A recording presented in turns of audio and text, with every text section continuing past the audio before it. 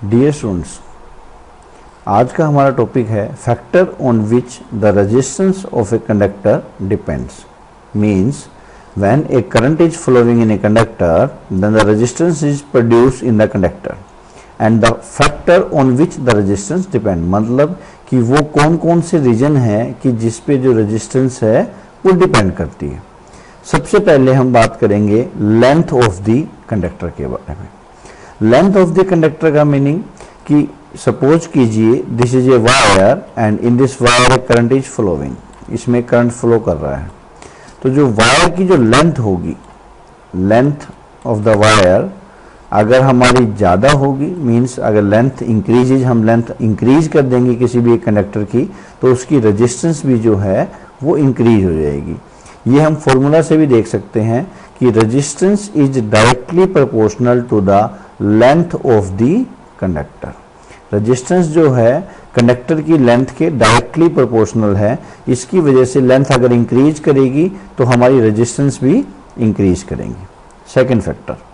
Second factor है area of cross section of the wire. जो हमारी वायर है, मैंने एक बात की, suppose this is a wire, और वायर का जो एरिया ऑफ क्रॉस सेक्शन होता है, एरिया ऑफ क्रॉस सेक्शन की अगर हम बात करें तो एरिया ऑफ क्रॉस सेक्शन कौन सा होता है? एरिया ऑफ क्रॉस सेक्शन होता है आपका, जैसे कि एक पेन है, तो पेन का जो ये पार्ट है, this side, this is the area of the cross section. या हम ऐसा कह सकते हैं कि कोई एक लेंथ ऑफ ए कंडक्टर है, उसको हम कट कर देते हैं, कट करने के बाद जो ये सेक्शन आपको दिखाई देगा ऐसा, ये आपका क्या कहलाता है? Area of the cross section. तो area of the cross section जो है ये रेजिस्टेंस के इनवर्सली प्रोपोर्शनल होता है। यहां फॉर्मूला में मैंने मेंशन किया है कि resistance is inversely proportional to area of the cross section. अगर आपकी जो वायर है उस वायर का जो एरिया ऑफ क्रॉस सेक्शन अगर इंक्रीज करेगा, मतलब इसका मतलब हम ये कहेंगे कि अगर वायर का जो डायामीटर है वो इंक्रीज करेगा, वायर की मोटाई अगर बढ़ेगी आपकी, तो आपकी रेजिस्टेंस जो है वो डिक्रीज हो जाएगी। इसका मतलब ये हुआ अगर वायर आपकी मोटी है तो उसके अंदर रेजिस्टेंस कम होगी, अगर वायर आपकी पतली है, थिक वायर है, तो उस केस में जो आपकी रेजिस्टेंस होगी वो इंक्रीज कर जाएगी। इन दोनों के कंक्लूजन से हम फॉर्मूला के बारे में बात करेंगे। उसके बाद पहले हम बात कर लेते हैं थर्ड फैक्टर की। थर्ड फैक्टर जो है जो रेजिस्टेंस डिपेंड करती है वो है मटेरियल ऑफ द कंडक्टर। जो मटेरियल वायर हमने यूज की है जिसमें से करंट फ्लो कर रहा है, ये वायर एल्युमिनियम की भी बनी हो सकती है, कॉपर की भी बनी हो सकती है, आयरन की भी बनी हो सकती है। तो जिस मटेरियल से ये वायर बनी हुई है उस मटेरियल के नेचर पे डिपेंड करती है। तो हम इसमें कह सकते हैं कि nature of the material of the wire या ऑफ द कंडक्टर, और जिसको रिप्रेजेंट किया जाता है रो के साथ। रेजिस्टिविटी भी हम इसको बोलते हैं, हम आगे डिटेल में पढ़ेंगे रेजिस्टिविटी के बारे में। तो नेचर ऑफ द मटेरियल पे भी डिपेंड करती है। सपोज अगर हम बात करते हैं कि गोल्ड और सिल्वर है तो इन मटेरियल की जो रेजिस्टेंस होती है वो काफी कम होती है। कॉपर की रेजिस्टेंस गोल्ड और सिल्वर से तो ज्यादा होती है, लेकिन एल्युमिनियम और आयरन से कम होती है। एल्युमिनियम की कॉपर से ज्यादा है लेकिन आयरन से कम है।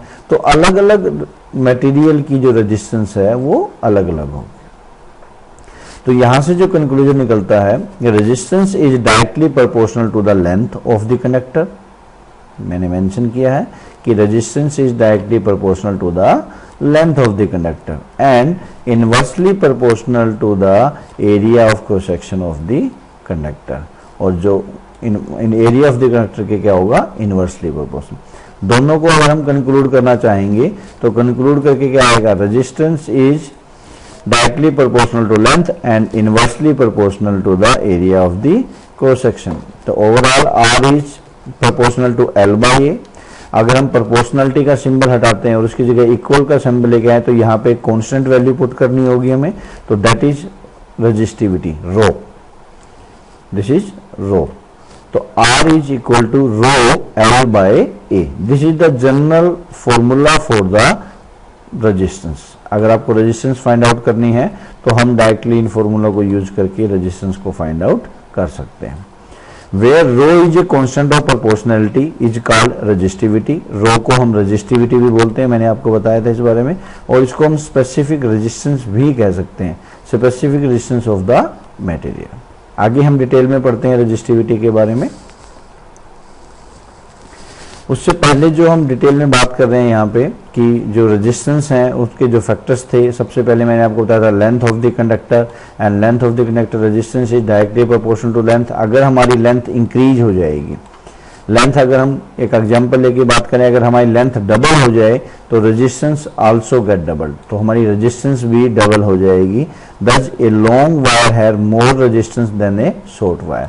अगर आपकी वायर की लंबाई ज़्यादा है तो वो रेजिस्टेंस ज़्यादा होगी, अगर आपकी वायर की लंबाई कम है तो आपकी रेजिस्टेंस भी कम होगी। Next, area of cross section.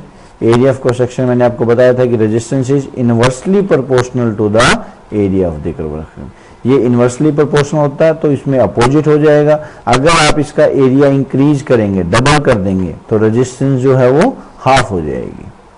तो थिक वायर जो होती है आपकी, मतलब मोटी वायर होती है, उसकी रेजिस्टेंस आपकी कम होती है। अगर आपकी पतली वायर है, थिन वायर है, तो क्या होगा, जो आपकी रेजिस्टेंस है वो आपकी ज़्यादा होगी। नेचर ऑफ द मटेरियल, जो हमने बात किया था कि जो कंडक्टर जो हमारा बना हुआ है, जो वायर बनी हुई है, वो कौन से मटेरियल से बनी हुई है, तो electrical resistance of a conductor is also depend upon the nature of the material. मैंने आपको बताया था कि copper has less resistance than the nichrome wire या आयरन की वायर, इनसे हमारी कॉपर की रेजिस्टेंस कम होती है। तो ज़्यादातर हम जो वाइंडिंग है, मोटर वाइंडिंग, मशीन्स वाइंडिंग में कॉपर ज़्यादा यूज करते हैं। इट इज़ कंफर्टेबल टू अस।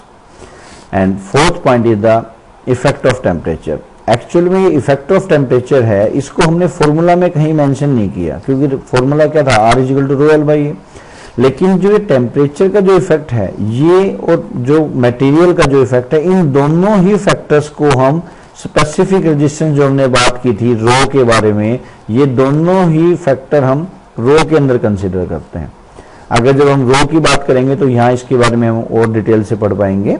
तो ये दोनों फैक्टर रो पे डिपेंड करते हैं। ये हमारा एरिया ऑफ क्रॉस सेक्शन पे जो हमने बात किया था, और ये हमारा length of the conductor. These are three factor on which the resistance depend, but nature of material and temperature, these are both factor are related to rho specific resistance.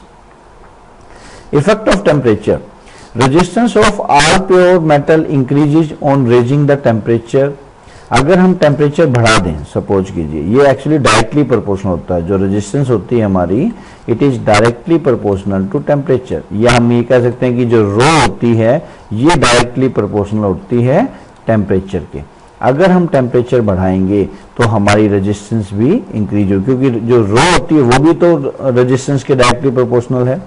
तो टेम्परेचर के बढ़ने से हमारी रेजिस्टेंस जो है increase करेगी। अगर हम टेम्परेचर को लोअर कर देंगे तो हमारी जो रेजिस्टेंस है वो इंक्रीज हो जाएगी। रेजिस्टेंस ऑफ अलॉय, जैसे कि हमारे अलॉय की बात करें, मैग्नीन है, नाइक्रोम है, कॉन्स्टेंटन है, इन सब चीजों पे टेम्परेचर का इफेक्ट नहीं पड़ता। They are unaffected by the temperature. But जो हमारी मेटल्स हैं, जो हमने बात की थी कि आयरन है, आपका जो कॉपर है, गोल्ड है, सिल्वर है, जिनकी वायर बनी होती है, तो ये जो मटेरियल है इसमें जो रेजिस्टेंस जो है वो टेम्परेचर पे डिपेंड करती है। आपने सुना होगा, एक हम टेम्परेचर की बात कर, अगर हम बात करते हैं कंडक्टर की, तो आपने एक सुपर कंडक्टर के बारे में भी सुना होगा। सुपर कंडक्टर क्या होते हैं, जो जनरली हम सुपर कंप्यूटर्स में भी यूज करते हैं। आपने सेमीकंडक्टर सुना होगा, एक सुपर सेमीकंडक्टर के अलावा आपको सुपर कंडक्टर भी सुना होगा। तो वो कैसे बनाए जाते हैं, जो हमारे जनरल कंडक्टर होते हैं उनको अगर हम लो टेम्परेचर पे लेके जाएं, काफी कम टेम्परेचर, माइनस में अगर हम टेम्परेचर पे लेके जाएं, तो क्या होगा, रेजिस्टेंस, आपका टेम्परेचर डिक्रीज होने की वजह से आपकी रेजिस्टेंस भी जो है वो काफी डिक्रीज हो जाती है। और हम ऐसी कंडीशन भी प्रोवाइड कर सकते हैं जहां पे आपकी रेजिस्टेंस जो है जीरो हो जाएगी। तो इस केस में क्या हो जाएगा, जब आपकी रेजिस्टेंस जीरो होगी तो मतलब करंट जो है मैक्सिमम करंट फ्लो कर पाएगा आपका, ठीक है। तो वो सुपर कंडक्टर के केस होते हैं। तो वो टेम्परेचर के रिगार्डिंग ही हम उसको बनाया जा सकता है। ऐसा नहीं है कि कोई सुपर कंडक्टर जो है वो अलग से कोई मटेरियल है जिसको हम as a superconductor use करते हैं। तो क्लियर होगा आपका, टेम्परेचर जो है वो क्या इफेक्ट प्रोड्यूस करता है, रेजिस्टेंस के ऊपर। Conductor like metals and alloy है लो रेजिस्टिविटी। जो हमारे कंडक्टर होते हैं, जैसे कि मेटल ज्यादातर जो आपकी हैं, almost all metal are the conductors, और अलॉय जो होते हैं इनकी जो रेजिस्टिविटी होती है वो कंपैरेटिवली कम होती है, और जिसकी वैल्यू हम कह रहे हैं 10⁻⁻8 ओम मीटर से लेके 10⁻⁻6 ओम मीटर के बीच में होती है। Insulator are the material which does not allow the current to flow through them. Insulator की अगर हम डेफिनेशन की बात करते हैं तो ये वो मटेरियल होते हैं जिनके अंदर से करंट फ्लो नहीं हो सकता। तो करंट फ्लो क्यों नहीं हो पाता उसके अंदर से? उसका रीजन है क्योंकि रेजिस्टेंस ही इतनी ज्यादा हाई होती है कि करंट उसको क्रॉस कर ही नहीं पाता। तो उसकी रेजिस्टिविटी की अगर हम बात करें तो रेजिस्टिविटी उनकी होती है 10⁻12 से 10⁻17 ओम मीटर। मतलब कि रेजिस्टिविटी बहुत ज्यादा है। अगर आपकी रेजिस्टिविटी बहुत ज्यादा है तो आपका रेजिस्टेंस का फॉर्मूला आपने पढ़ा होगा R=ρLA। अगर आपकी रेजिस्टिविटी ज्यादा है तो आपकी जो रेजिस्टेंस है वो भी आपकी क्या होगी? ज्यादा होगी। तो इससे प्रूव होता है कि रेजिस्टिविटी ज्यादा है तो रेजिस्टेंस ज्यादा है, इसलिए जो इंसुलेटर मटेरियल होते हैं वहां से करंट फ्लो नहीं कर सकता due to high resistance. Factor on which resistivity depend. Resistivity कौन से फैक्टर पे डिपेंड करती है? जो हम ये रेजिस्टिविटी बात करते हैं तो ये कौन से दो फैक्टर पे डिपेंड करती है? मैंने बताया था आपको लास्ट टॉपिक में, जैसे मैंने बताया था कि जो ये लास्ट के जो दो फैक्टर हैं, nature of the material and temperature, ये बिलोंग्स करते हैं रेजिस्टिविटी से। तो यहाँ हम यहाँ डिटेल में पढ़ रहे हैं कि nature of material of conductor, first जो रेजिस्टिविटी डिपेंड करती है वो डिपेंड करती है नेचर ऑफ द मटेरियल पे। That's why the different metal alloy insulator have different value of resistivity। सभी जो आपके इंसुलेटर हैं, alloy हैं, metals हैं, उन सब की जो रेजिस्टिविटी है वो डिफरेंट होती है। ये हमने यहाँ मेंशन भी किया कि कुछ alloy और कंडक्टर की रेजिस्टिविटी इस रेंज में होती है और इंसुलेटर की जो रेजिस्टिविटी है वो इस रेंज के बीच में होती है। तो ऑलमोस्ट सभी मेटल, नॉन मेटल्स अगर हम बात करें, अलॉयज हैं, उन सब की रेजिस्टिविटी है वो डिफरेंट होती है। Second, resistivity of a wire is directly proportional to change in temperature. जो हमने बात की थी कि जो रेजिस्टिविटी है वो टेम्परेचर पे डिपेंड करती है, तो resistivity increases with increase in the temperature. अगर आपका टेम्परेचर बढ़ेगा तो आपकी रेजिस्टिविटी भी इंक्रीज करती है। तो आज हम इतना ही पढ़ेंगे, factor affecting resistance and about the resistivity, जिसको हम स्पेसिफिक रेजिस्टेंस भी कहते हैं। Thank you.